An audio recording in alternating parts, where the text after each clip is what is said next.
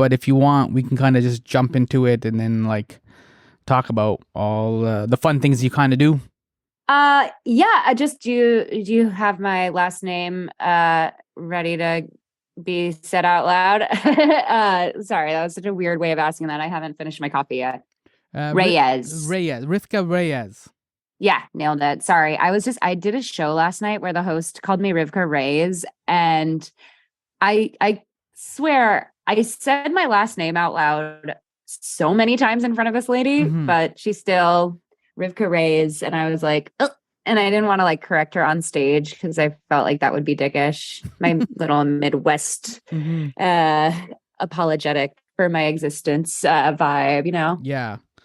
With stand-up comedy, especially with the introductions, it takes a little while for some of the more like, I guess, harder sounding names or ethnic sounding names for them to kind of like get them worked out, right? Yeah. Because even like I've seen like older footage of like Dave Chappelle and it's like Dave Chappell. Like, oh yeah, I didn't think that was that difficult, but apparently it is. Maybe there's drink involved or something. Who knows? Yeah. No, but other than that, I'm good. All right. Let's rock and roll then.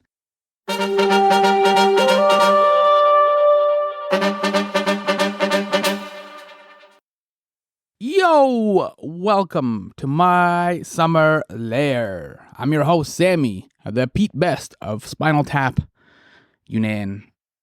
When was the last time you saw School of Rock? Yes, I'm talking about the classic Jack Black movie where he teaches fourth graders iconic, absolutely iconic AC/DC riffs. For this My Summer Lair episode, we're turning it up to 11. Actually, don't turn it up to 11. Hearing loss is a real issue as you kind of get older, so I'm looking out for you. But metaphorically, we're turning it up to 11. My guest in this rocking extravaganza is Rivkah Reyes, who played the spunky bassist Katie in the legendary movie School of Rock, which just hit its 20th anniversary milestone. Remember this key moment? Could you come up here, please? What was your name? Katie. Katie, what was that thing you were playing today, the big thing? Cello. Okay, this is a bass guitar, and it's the exact same thing, but instead of playing like this, you tip it on the side. Cello, you've got a bass. Try it on. Rivkah is hosting a 20th anniversary School of Rock screening at the 2023 Inside Out Film Festival. She'll be hanging out with the audience and taking questions. Hopefully, she can bring some of that Jack Black energy to the proceedings. And at the Inside Out Film Festival, she's also screening her short, Gianna. Gina is the cool creative who spends the day superhero battling Gianna, her inner saboteur. If you are creative in any way, you will relate to this short. Links for both screenings can be viewed at the show notes at mysummerlair.com. Now, as for School of Rock, for the 5 people who have never seen this charming movie, Jack Black is a down-and-out rock and roller. He's just been fired from his band for going too hard. It happens.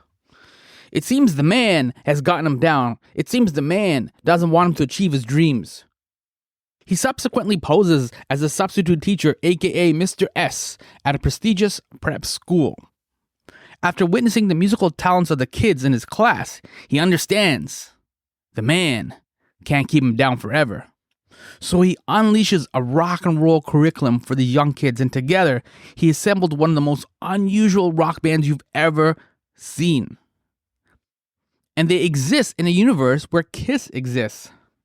If all goes well, they'll win the upcoming Battle of the Bands, and Jack Black can use his winnings to pay his rent. Yo, that's fresh.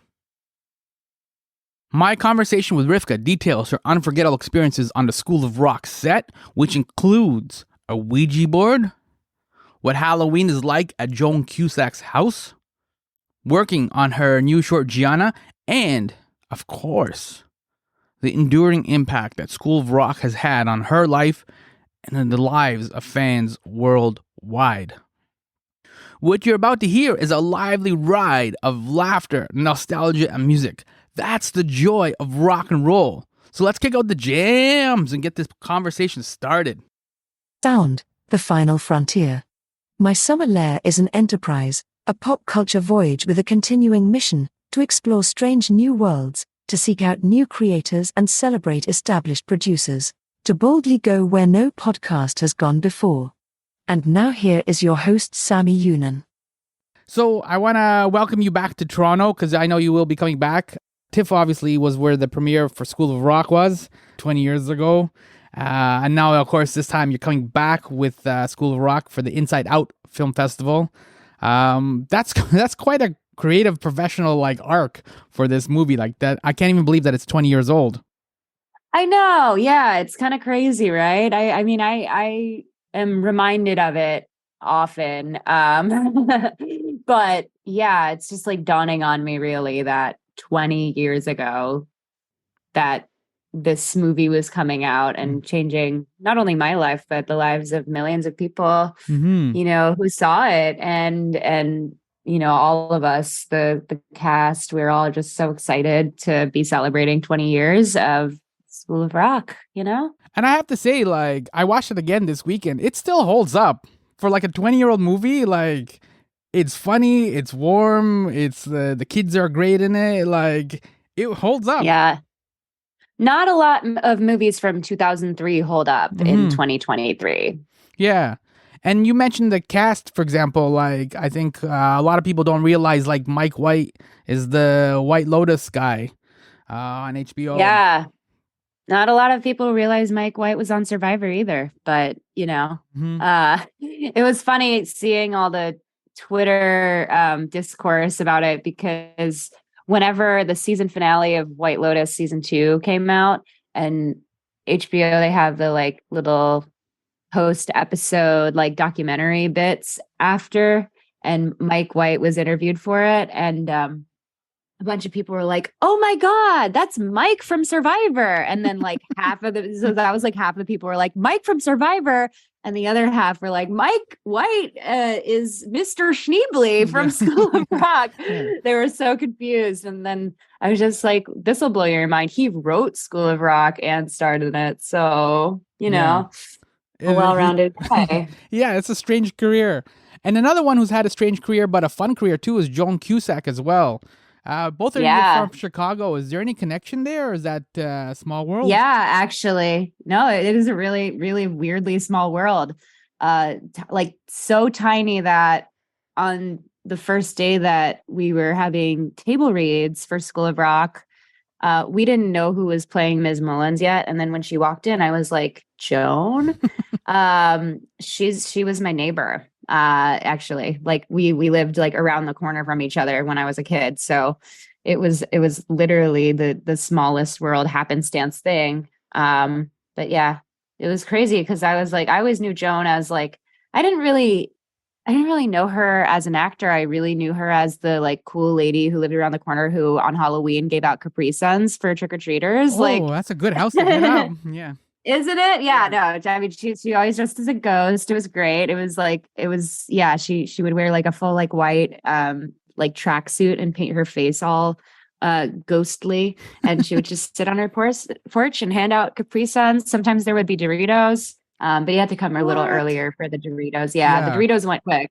Yeah, I could see that. Yeah. Because that's a good day. Capri Sun and some Doritos, you're set after that. Yeah, honestly. And how did you hold up with Jack Black making all the goofy faces and the little dancing and stuff like that? I'm sure he improv'd a lot. You seem like you would be able to hold it together as a 10-year-old kid. You weren't cracking up as much, I think. I'm going to bet on you. But were some of the other kids kind of losing it and ruining takes, I guess? Yeah. So at first it took a little while to get used to, but I learned a trick. Honestly, my sisters and I used to play this game where we would try to make each other laugh really hard with water in our mouths. And so I had training from all of that to just hold it back if I was really, really holding in a laugh. I had a feeling you'd be pretty strong. There's always one. I'm pretty good, yeah. There's always one SNL cast member who could hold it together. You know what I mean? And there's always a couple who ruin it for everyone. I am pretty good at not breaking. I'm not gonna lie, but there are times when I do, and there were times when we did break because there was something that was just so unexpected and so funny that Jack or one of the other players did. Like in the step off scene, like we did not know he was going to kick the desk over. Props and art department were really upset about it, but they let him get away with it because it actually ended up making it into the movie. And that was like our last take. And, Richard was like, okay, go crazy on this one. And he was like, yeah, I'll take that. And he took it way too far. But we did not know he was going to kick over the desk. We didn't know some of the lines that he had were improvised. And sometimes he would say stuff that was like just so funny that like, and sometimes for me, it's like all it takes is seeing somebody out of the corner of my eye go like start to lose it. That makes me lose it. Mm-hmm. Sympathetic laughing. Team player. Yeah, team player, empath, whatever you want to call it. Yeah, so just for context, because you're obviously an older lady or woman now. So like, which of the school kids were you in terms of like School of Rock? Just so people have a context, because I know sometimes it's difficult to picture all the different kids. Yeah, so I played Katie, the cool bassist. I didn't think I was cool. Yes, that. But the cello player turned bassist in the band School of Rock. Yeah, that was me. Mm-hmm. I gave myself a last name because the not all of the characters were given last name. Like we had Freddie Jones and Summer Hathaway and Zach Mooneyham. I gave myself the last name Harrison because I was a big fan of George Harrison, even though he was not the bassist, but I just wanted a cool rock appreciation last name. That's really cool. So look at you, like at 10 years old, developing like... doing dramaturgy, I know. Giving your character like a little bit more backstory too, and like... I was much more type A as a kid than I am now. I would say I'm more like type A adjacent now, but yeah, I was definitely like a homework kid. I would, research a lot of things. Like every morning I would watch MTV to watch music videos and like see cool things I could do on stage. And I was always watching movies and TV as a kid as well, just to learn how to act, basically. Mm-hmm. Is it easier as a kid in a sense because you can almost tap into that imagination? Yeah, and I think kids' minds are more malleable and adaptable. I was given the feedback from teachers that I was adaptable as a young kid, and I didn't quite know what it meant then, but I think now it's more like I was just willing to, try things out or do research or experiment, and definitely that has carried into my adulthood. But yeah, I think it is easier too for kids because our imaginations are so vast. At least mine was. My sisters and I grew up playing like basically improv games when we were kids, and our parents really did their best to like put us in artistic like settings, like music lessons for me. My sister was taking acting and dance classes. My other sister was more on the athletic side, but still she learned guitar as well. And, we all can sing. And then my baby brother is a musician, a talented musician as well. So yeah, we're a pretty creative family. The weird thing too, though, about being like, I think as a child actor or kid actor is that lack of, I guess, buffer. I'm not sure what the word is. Like, because when you see a kid in a movie, they're a kid. Like when you see like Arnold Schwarzenegger's like a Terminator, he's like a Terminator only for like those scenes. And then when the director calls cut, he's like an adult or like a dad or whatever. You know what I mean? Like there's that range that he has where he can turn it off and on. I guess that's the best way to put it. Whereas like a kid is always just a kid. It's almost like an extension of your personality. It doesn't seem like it's an act or like a character, if that makes sense. Yeah. Yeah. I mean, that was, I think, also Richard's priority with casting kids was basically crafting these characters based on who we were and vice versa. That we were all pretty much playing heightened versions of ourselves. I would say the only one that really had to like act was Joey, like, and Joey was not that type of kid at all, where his parents were like, don't play guitar, like, obviously, because how did he get so good, you know? And he was not as like shy as his character was. But yeah, so kudos to him. Because like when I watched it back recently, I was like, damn, like Joey was like really good at acting. Like he was killing it. Yeah. And I told him that because we recently reconnected and started playing music together again. 20 years later, which is crazy. And I was just like, dude, you are like actually such a good actor. He's like, I know, it's so weird.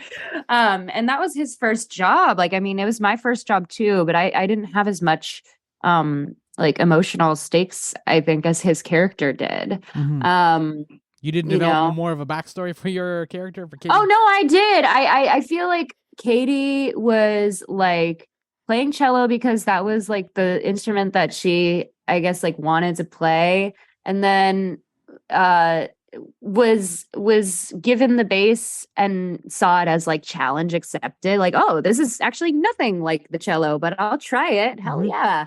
And I guess, I mean, it is kind of very similar to me. And 20 years later, and for most of the acting work that I have done since School of Rock, I do play characters that skew pretty close to who I am as a person. Not to say that I don't have range, but yeah, I mean, I tend to prefer to play characters that are closer to me. And if they are further from me, I'm able to kind of tap in on a like soul level of like the parts of me that are overlapping with this character.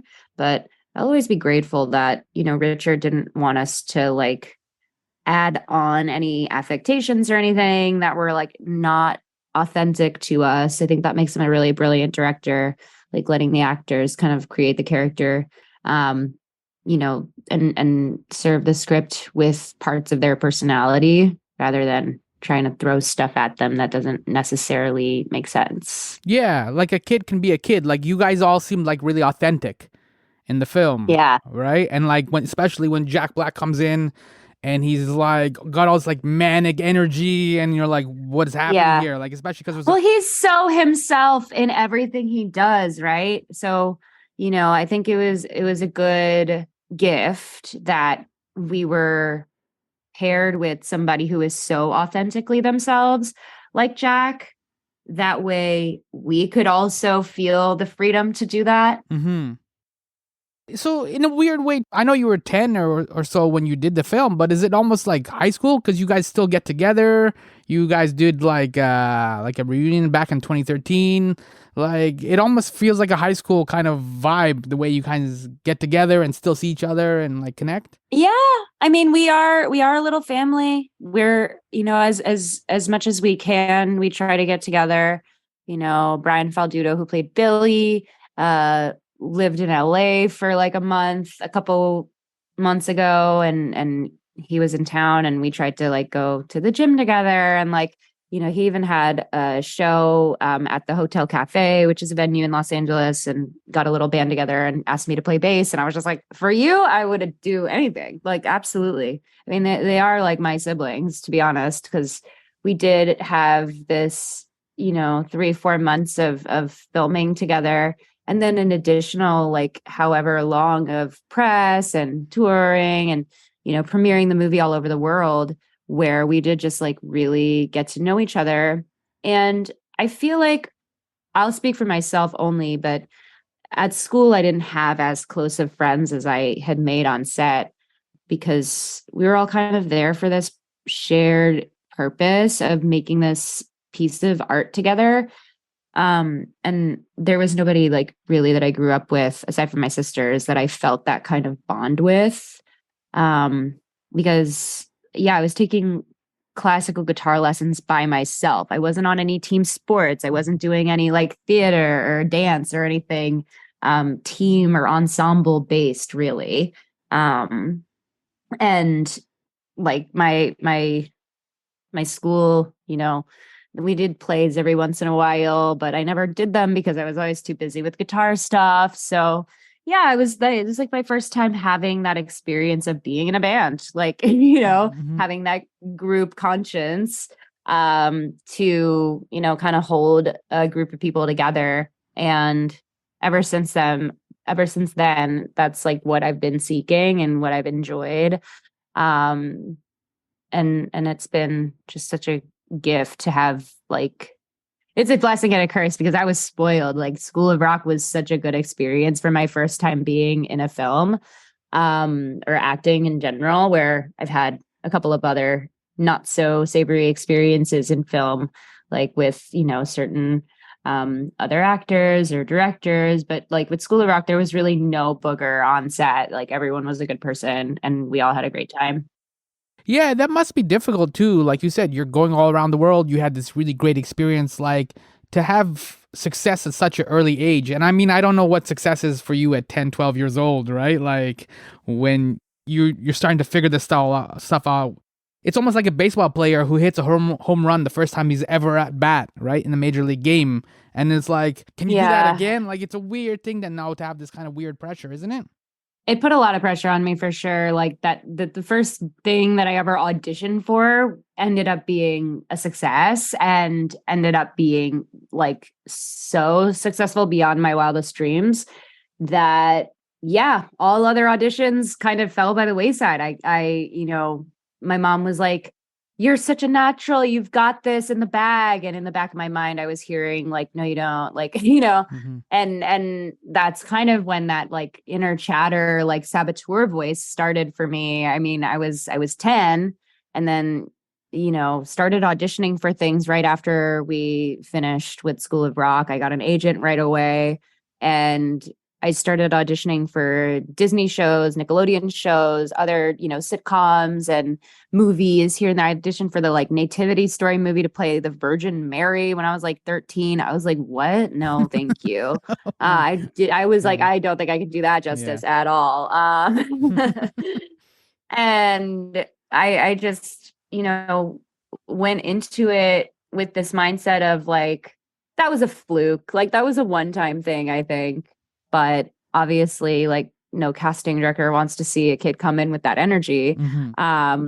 thinking like already that they don't have it. And, it took me a while to get back into the swing of things with acting. So I did take a break from auditioning. I started doing theater and like musicals instead when I was in middle school and high school. And I really loved that and fell in love with that. And it gave me my confidence back again. Also, it blended back in the music, which, not every film or TV show that I auditioned for is like musical. So I felt like having the added layer of singing and doing choreography like while acting was helpful for me to get back in my confidence. And then in college, I ended up pursuing like a regular acting major. So, I mean, it's been a journey, but yeah, for a while there was a lot of pressure on me to like book the next big gig. Mm-hmm. And whenever I was just placing all of my, energy on that, it didn't work out. But the second I like remembered, oh, it's like about the art itself and it's about the craft, and just like went back to learning more. I mean, I ended up doing much better in that way. Some of these experiences you talked about, you wrote about it in Confession of an Obsolete Child Actor, which you published right before the pandemic. I thought it was a really interesting Medium essay. Can you kind of just sum up a little bit of what you're talking about? Because it's also like the positive and the negative experiences as well that you had following School of Rock. Right. Well, when I got back from set, the kids were either really, really nice or really, really mean, and there was really no middle ground. And I had a lot of pressure coming from specifically my mom around getting the next thing because financially, my family wasn't in the best place. And to put that on a 10-year-old kid is really hard, especially in those like formative hormonal years where we're starting to like people and I also got some pretty like heavily unwanted attention from grown men on the internet, like adult men who were saying like really fucked up things to me, or about me. on the internet, saying things like, oh, she's going to grow up to be so hot when she's 18 or, whatever. And that is like still a problem, is that like children in TV and films are so sexualized. We even saw it happening to Billie Eilish. I mean, there were like countdowns till the day she turned 18, which is just so disgusting. And to have been on the receiving end of that, I just didn't know what it meant. I knew it wasn't right. I knew it felt icky, and it just put me in a bad way. And, for years, from when I was like in high school until I turned 24, I was, pretty heavily drinking and doing drugs and just acting out in as many ways as I could without like actually killing myself. But deep down, I just didn't really, I wanted to check out. I wanted to not be in reality. I kind of just wanted to numb out everything. And, the last 5 years I've been sober and working really hard on my mental health and my spiritual health and my physical health as well. Way to go. And things have thank you. Things have really fallen into place. I mean, I'm not going to lie. Like, it's been hard, like being sober during a pandemic when you're like literally in your house alone where you would have been drinking, like is hard. Yeah. But I made it through without a drink, without a drug. And I'm really grateful that well I have done. community around that. Yeah. Thank you. It's funny because one of the first experiences the kids had with Mr. S, who was Jack Black, was like he was kind of hungover and then he started ranting to the kids, and he has this rant about the man, and he says Miss Mullins, the school principal, who's Joan Cusack, she's the man, and then he goes on to add, and this is a direct quote.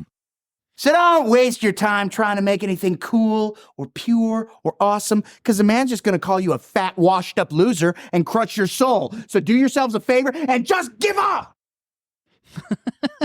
Right? And it was kind of like, when I was reading your essay, I was like, oh man, Jack Black told you at the beginning, like, sometimes when you try to do something fun and pure, there will be people who will come and try and like crush it or like make it unpure, I guess. Wow, I never thought of it that way.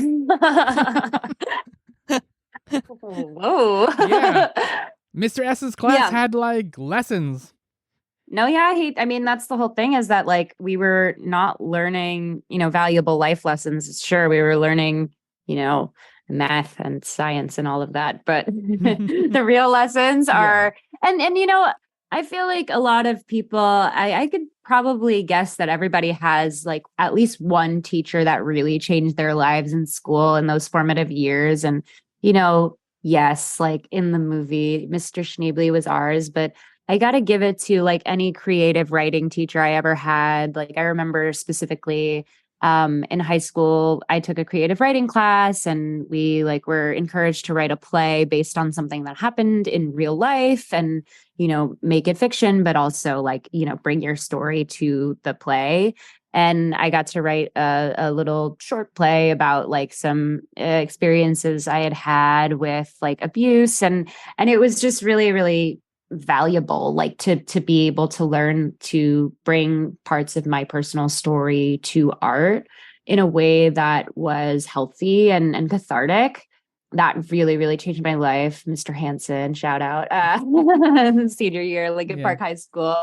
But yeah, I have other teachers too. Like, all of my English teachers I loved. I never had a English teacher I didn't like. And I just remember like my sixth grade English teacher was really like into music. So on Fridays, she would have one kid from the class bring in a song, and we would just do like free writing to that song based on like what we were picking up. And that's like a skill that I still use if I'm ever like feeling kind of like writer's block stuck in my head, just getting out a piece of paper and putting on like ambient music to just like kind of scribble to, to get like everything that's out of my head and kind of standing in my way onto paper.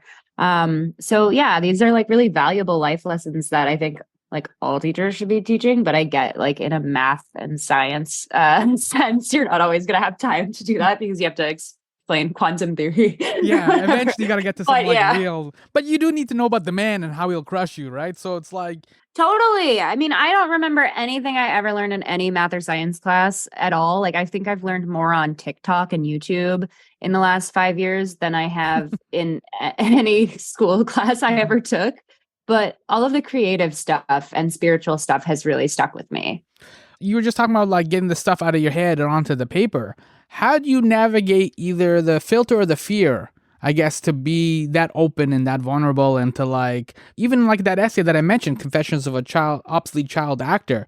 You're very open about the struggles and the things you were dealing with. Even now in this conversation, you're very open. Like, how do you navigate either the filter or the fear? Because there's always that voice in your head that says, oh, you shouldn't say that or you can't be that. Yeah, I do have that voice, and it's really loud. It's an inner saboteur. My other film that's premiering at Inside Out Festival is a short film that I wrote called Gianna, that I wrote and starred in and produced with my beautiful partner Kristen Laffey, and it's about a girl who has a loud inner saboteur, so loud that she comes to life and wreaks havoc in her day. And it is a artistic and visual manifestation of like the way that my inner saboteur used to kind of run my life, or the way that I used to let that voice run my life. And really sobriety helped me to not take the advice of the inner saboteur. Don't write that. Like, don't publish that. You're not even like a real writer. Just because you journal a lot and are good at Twitter doesn't mean you're a writer. Like all of this, like, just the chatter that happens. And that is all just coming from the ego. It's none of it is real. I heard a helpful acronym that FEAR stands for false evidence appearing real. Heard that in therapy and really was like, wow, it really does stand for that. And it also could stand for face everything and recover.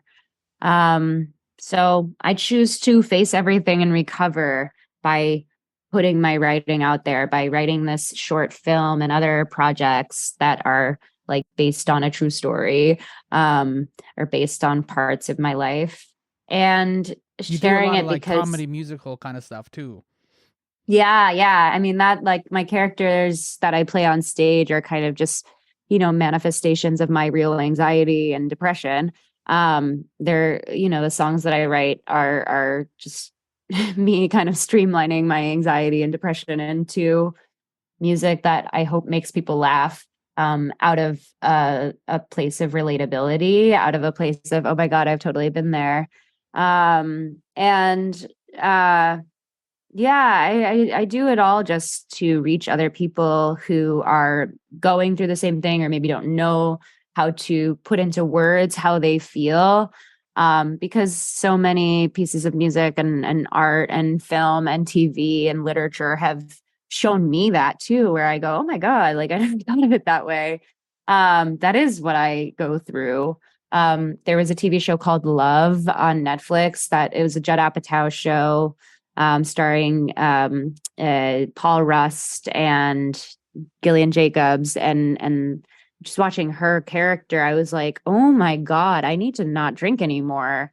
So you never know who like you're gonna reach, like with your words or your songs or your art. Just like School of Rock inspired so many kids to pick up an instrument, inspired so many people to start bands, inspired so many people to really go, oh, wow, like I have been trying to live up to my parents' expectations of me for so many years, and I'd actually like to not do that anymore. Just like how School of Rock inspired people, I hope to also do the same thing for my mentally ill community and for my, queer community, and for, mixed race people who feel like not enough of one thing or too much of the other. For fellow tall girls. Like, I mean, really, if anyone sees anything I put out there and goes, oh my God, you made me feel so seen, I'll have done a good job. And the short that's coming to Inside Out Film Festival, Gianna, like this was the first time you were doing the writing and producing, right? Like, Yeah. Yeah.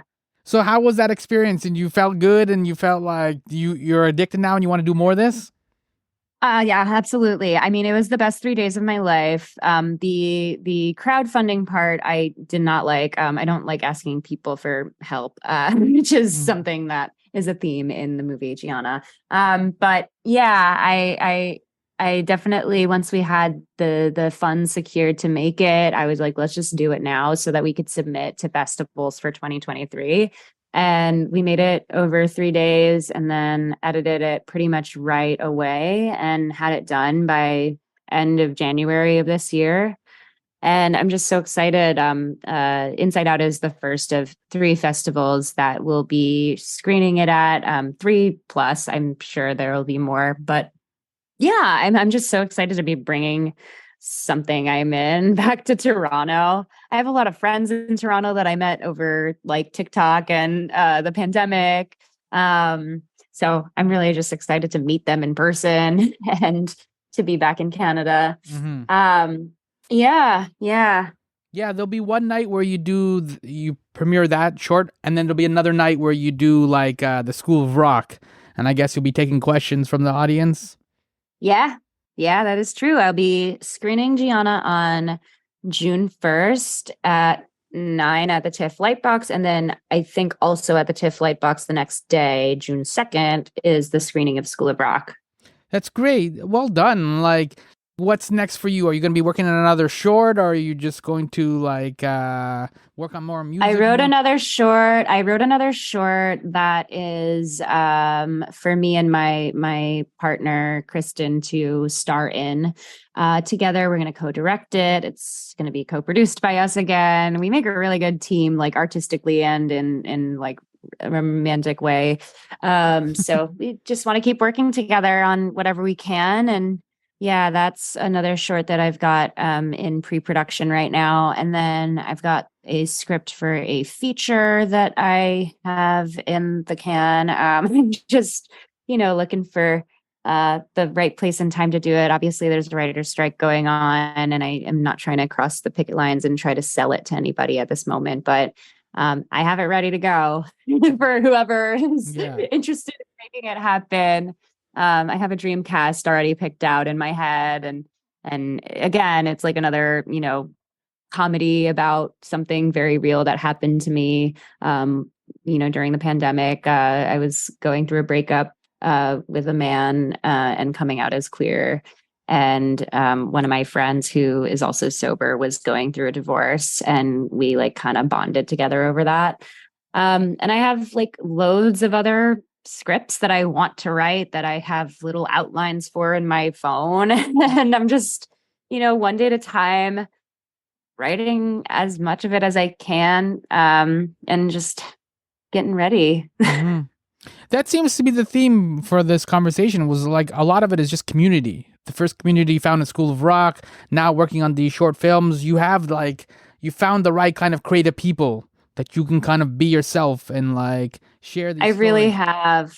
Yeah. And then the other thing I wanted to plug was that I got to assistant direct and star in the upcoming 20-year anniversary revival of The Room by Tommy Wiseau.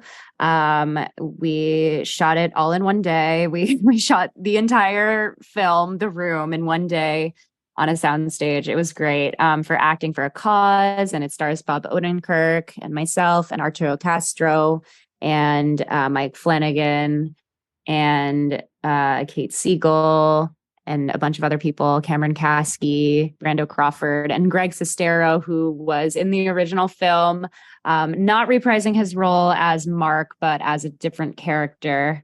But yeah, I mean, that was another situation. It was just like a community of actors and creatives coming together for one day to like make this ridiculous thing, and just had so much fun. I made Bob Odenkirk break on camera, which well done. I was so proud of myself. I was like, I can't believe that just happened.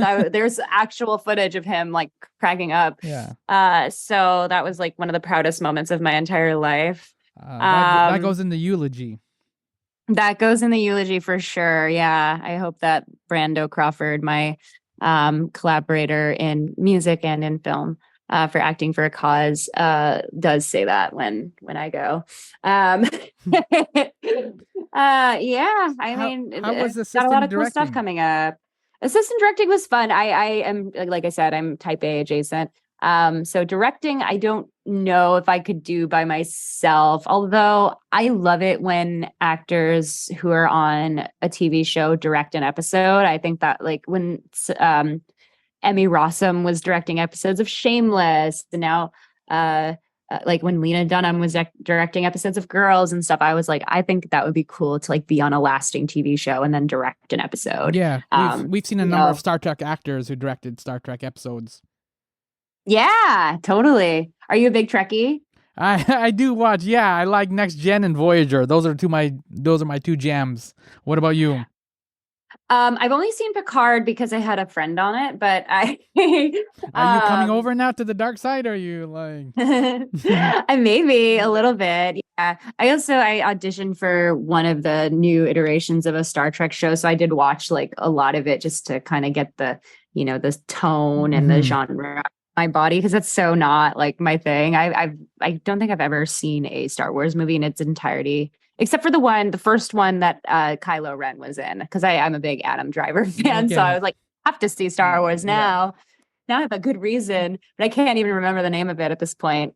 But I would think like science fiction would be appealing to you because it's like it is. Yeah, because you can project the future and like kind of see where things are going right now. You know what I mean? Like you can kind of make a commentary about the present by writing about the future, if that makes sense. Yeah, I do like sci-fi. I like Black Mirror a lot, which I guess is like both horror and sci-fi. Yeah. Psychological thriller. Yeah. I skew more on the horror and comedy genre, but I mean, I love when a horror film has like sci-fi influence. It's like Megan, the like AI doll movie, like that. I really love. That's and a I creepy just kid watched too. this. Oh, she's so creepy. Yeah. I just watched this show on Peacock called Mrs. Davis. The AI. Have you heard about this? Yeah. It's With like an AI with the nun, and the nun has to find and destroy the Holy Grail. It's a whole thing. But I binge watched that with my girlfriend, and it's just so good. I mean, we were screaming and hollering at how good this show was. And that had some sci-fi, very like fantasy, and also some horror elements to it. It's a pretty gory show. But we loved it. As you're working on all these like writing projects, do you have an idea or something in the horror realm that you want to explore? Something scary? Yeah, Gianna is my first kind of segue into horror. It is billed as a comedy at Inside Out, but it is also very much a thriller. I last year got to be in this feature called Onyx the Fortuitous and the Talisman of Souls that premiered at Sundance, and we're doing a theatrical release this fall. Yeah, it was like, that was a horror film as well, but again, it was like very funny too. It was like Scooby-Doo, like that level of horror. But still, like, I mean, yeah, it was very much a horror film with gore, with zombies, or not zombies, we called them ghouls. And I love horror. I do have a couple of horror films outlines in my phone right now, just waiting to be written. So yeah, I mean, horror is again my favorite genre. High stakes, campy, love it. It's like a musical, but instead of like people breaking into song, they break into murder or paranormal behavior. Yeah. Yeah, I would really like to do some stuff with like paranormal or like metaphysical stuff in a horror movie. I grew up watching things like Practical Magic and The Craft, and I love witches. So I did actually, it's so funny, when I was on set for School of Rock, bring a Ouija board into set, and we would like play with it. And Miranda Cosgrove specifically, and I loved the Ouija board, and we would use it to like channel. And then I wrote this like short book, this like short story when I was in 6th grade called Ouija. And it was about 2 girls based on myself and Marina Cosgrove who fell into a Ouija board and were trying to escape from okay. the boogeyman. Yeah, it was pretty pretty intense. That might be a slightly twisted sequel to School of Rock, but I think it might be worth exploring.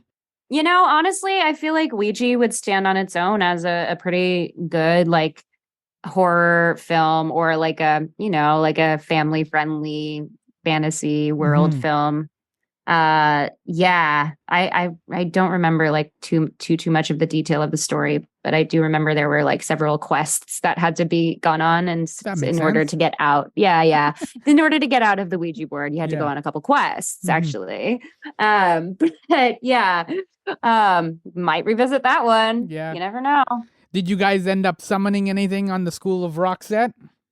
Yeah, we did. We took the Ouija board into a room that was like empty and dark, and we like, you know, we're asking if there were any spirits in the room, and there was this like little boy ghost that was talking to us through the board. And then, you know, we would use it also to figure out who everyone had a crush on. Was it accurate though, or was the ghost Ouija? Yeah. It was pretty intense because I had a crush on somebody, and then they had a crush on me too, but we were both too like kind of shy and proud to like say anything about it. But then the Ouija board really like brought it out. Yeah, I won't say who. Okay. I cannot and will not say who. All right. But yeah. That might have to be saved for the 30th anniversary DVD commentary or something. Maybe, who knows? Or, you know, maybe we might find out on the 20th. You never know. Okay, that's some good plug-in. Yeah, so I'll post the link for all the details, both the screening for the School of Rock and your new short, Way to Go, Gianna, is at the Inside Out Film Festival, and I'll post the link for the show notes. Thank you so much for like hanging out. Like, we covered quite a bit, from the struggles of a child actor to School of Rock to like horror sci-fi to Ouija boards. Like, yeah, that's a good afternoon, I think. We really were all over the place, and I love it. It's chaotic, and it's exactly the vibe that I like on a podcast. Okay. And it's just kind of like life too, right? It never goes the way that you think it's going to go. So. Yeah, I think podcast is a great medium. Like, you literally just to talk to people. It's like all I like to do. Mm-hmm. I really do think that I want to bring my podcast back. I used to host one called Where Are We Now?, where I would chat with fellow former child stars. And I think if I were to bring it back, I would want it to be on a network, and I would open it up to Where Are We Now is so broad, right? Like, it could be people that were like one-hit wonder musicians, or people that, yeah, like had like 15 minutes of fame and then just catching up with them today. You know, people who are like really big on YouTube in the early aughts of YouTube. Mm-hmm. Like, I really want to interview the guy who wrote I don't know if you remember this creator. I can't remember his name right now, but I think it's Liam, maybe. I don't know. I'll have to look. But he had that song, Oh My God, Shoes, that was like viral in 2005. Sing it a little bit. Oh my God. It's just him going, shoes. Oh my God, shoes. Yeah. Okay. Yeah. Oh my God, shoes. Yeah, like, yeah. I want to see where he's at now. Mm-hmm. I want to see what he's up to. But Where Are We Now? Like, it was just such a fun time. I got so busy like with other projects that I kind of had to stop doing it. Editing a podcast, I'm sure you know, is like really just time consuming. Mm-hmm. I also say and you know a lot, so I was trying to take all of that out, and that took a long time to practice doing. So yeah, but I who knows, maybe with a good production team, Where Are We Now can make a resurgence in Q3 and 4. Who knows? Yeah, that's a good plug. But I mean, you could also do the seasons as well too. That's another thing that's kind of popular now with like podcasts, right? Yes. So, Well, the first season of Where Are We Now lives on Spotify, Apple Podcasts, wherever you get your podcasts, and you can listen to me chatting with some of my fellow former School of Rock friends and some other folks. I had Andrea Lewis from Degrassi on. Represent. Canadian shout out. Yes, I loved Degrassi. Degrassi was like my, oh God, it was like, I was addicted to that show. And then I started behaving like some of those kids and I had to stop watching. Hit too close to Yeah. home? A little bit. Yeah. A little bit. Yeah. I loved Manny from Degrassi because she was Filipino and I was like, I see you. Yeah.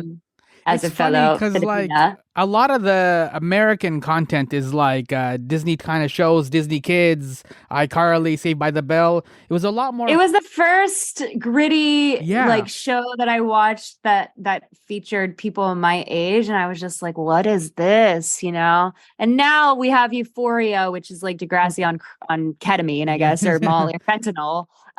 But yeah, like I mean, Euphoria now is a good show that I like to watch. But yeah, I mean the genre of like after school special meets like gritty teen drama is very.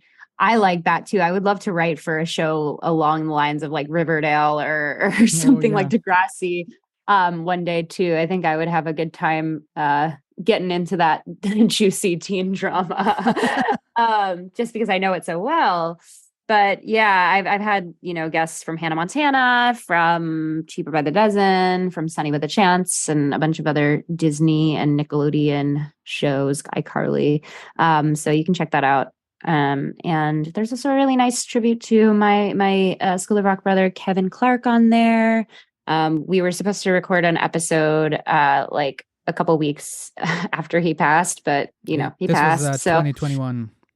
Yeah, and 21. Yeah, it's almost 2 years to the day. May 25th is the anniversary of Kevin's passing. But Sorry. yeah, I mean, it's yeah, I feel guilty sometimes because like, he reached out being like, when are we going to do the podcast? I was like, oh my God, I'm so busy right now. Like, can we do like 2 weeks? And then like the day after I got that text, he passed away. So I was like, fuck.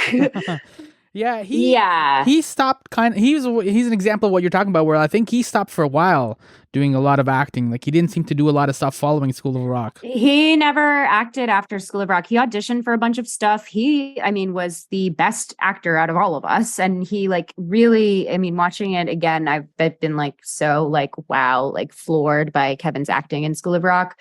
Him and Joey really, like I was like just so floored just watching them drop in so well. But yeah, he more ended up on the music side. He was in bands for the rest of his life, and he became a teacher at an actual School of Rock in Illinois, in the suburbs of Chicago, He became where Mr. he and I S. are from. He literally did. I mean, yeah, and some of the kids from his band that he coached played at his memorial, and it was heartbreaking. But they were so good, and just really, yeah, it's really tragic, but. His memory is always a blessing. And he wrote the ending of School of Rock. So I have him help me write the endings of all my projects because he really knows how to make a solid stick the landing. Mm-hmm. All right. Well, we're going to stick this landing and, so, nice. Thank you. Not bad, right? Every now and then. So thank you, Rivkah, so much for like hanging out and just like I said, talking about all these kind of things. Way to go. So anytime you see any of the School of Rock classmates, I guess, or castmates, just give them a high five and tell them that they did good. And like I said, for a 20-year movie, it holds up. It's still a lot of fun. So that's definitely something to be proud of. Thank you so much for having me.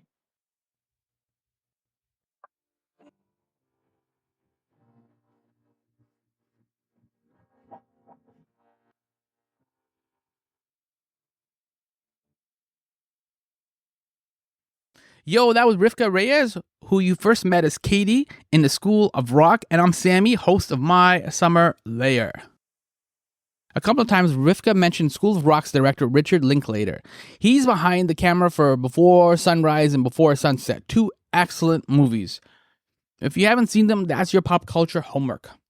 However, just as this conversation was sparked by School of Rock's 20th anniversary, head on over to Sean Sirianni's Creative Imbalance podcast. Sean just hosted a conversation with Sean Andrews for the 30th anniversary of Dazed and Confused. All right. That terrible impression was not all right. They probably should strike that from the record. Sean played Kevin, who ordered all the kegs of beer to his house. You remember that scene? Sean's episodes are always lots of fun, and because these are both Richard Linklater anniversaries, it makes for a fresh bookend. But that's surreal, isn't it? Like, Dazed and Confused is 30 years old, School of Rock is 20 years old. Our relationship with time is just surreal now. I often feel like a time traveler. I'm just out of place and out of time. I am, however, on social media. If you want to keep this conversation going, I know lots of people have School of Rock feelings, experiences, memories. They're all at My Summer Lair, Twitter, Facebook, and IG. So reach out to me if you have some of these kind of School Rock feelings and emotions. Honestly, listening to this conversation, you're so going to watch School of Rock after this, aren't you? Thank you for sticking to the end before you turn this off and go watch the movie. And thank you for listening to me in a Netflix world.